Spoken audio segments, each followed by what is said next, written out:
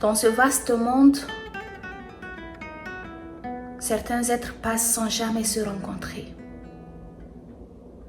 Et d'autres se trouvent au moment exact où ils avaient besoin l'un de l'autre. Écoute. Au cœur d'une immense savane vivait un jeune éléphant nommé Kimo. Kimo était gentil, mais très solitaire. Pendant que les autres éléphants voyageaient ensemble dans les grandes plaines, lui restait souvent en arrière. Il avançait lentement, perdu dans ses pensées. Les anciens du troupeau disaient parfois « Kimo rêve trop ». Et les plus jeunes riaient parce qu'il posait toujours des questions étranges sur le ciel, les étoiles ou le vent. Alors, avec le temps, Kimo avait commencé à croire qu'il était différent des autres. Chaque soir, il allait près d'un vieux baobab pour regarder le soleil disparaître derrière l'horizon. C'était l'endroit où il se sentait le moins seul. Un jour, alors qu'une chaleur écrasante recouvrait la savane, Kimo entendit un petit cri près d'un buisson. Il s'approcha doucement et découvrit un minuscule suricate coincé entre des branches sèches. Le petit animal tremblait. « Ne bouge pas, je vais t'aider. » Avec sa trompe, Kimo retira délicatement les branches. Le suricate réussit enfin à sortir. Il secoua la poussière sur son pelage puis leva les yeux vers l'éléphant. « Merci. Moi, c'est Nilo. » Kimo sourit timidement. Tout semblait les opposer.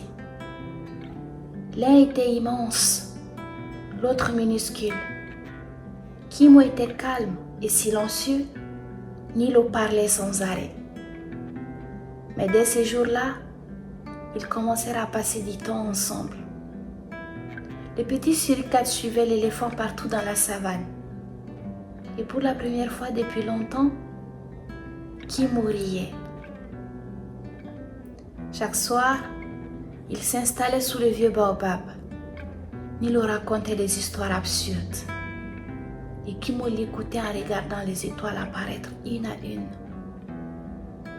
Puis un soir, Nilo murmura. Les vrais amis ne regardent jamais la taille, la force ou les différences. Ils regardent seulement la place qu'on prend dans leur cœur. Kimo n'oublia jamais cette phrase. Quelques semaines plus tard, une violente tempête de sable traversa la savane.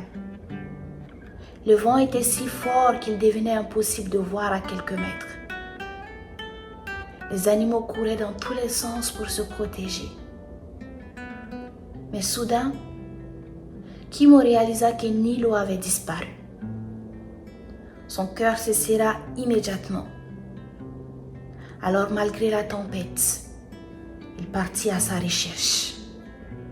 Le sable fouettait ses yeux. Le vent le poussait violemment, mais il continuait d'avancer. Parce que lorsqu'un cœur devient important pour nous, on ne l'abandonne pas au milieu de la tempête.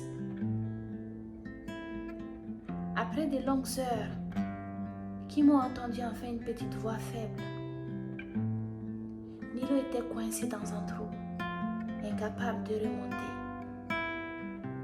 Terrifié, sans hésiter, l'éléphant utilisa sa trompe pour le sortir doucement. Le petit suricate tremblait encore. Tu es revenu. Kimo baissa doucement la tête vers lui. Bien sûr que je suis revenu. Puis il ajouta, le monde est déjà assez grand pour qu'on ne laisse pas ceux qu'on aime se sentir seuls. Il Ils restèrent côte à côte jusqu'à la fin de la tempête. Et ce soir-là, sous un ciel enfin apaisé, Kim comprit quelque chose d'essentiel. Parfois, les plus grandes amitiés naissent entre les êtres les plus différents. Les saisons passèrent. Dans toute la savane, on parlait désormais de l'éléphant solitaire et du petit suricate bavard. Des êtres que tout séparait, sauf l'essentiel, l'amitié. Et chaque soir, sous le vieux baobab, ils regardaient ensemble l'horizon immense sans avoir peur de s'y perdre. Parce qu'ils savaient maintenant qu'ils n'étaient plus seuls. L'amitié est comme une lumière dans l'immensité du monde. Petite parfois, mais assez forte pour éclairer toute une vie.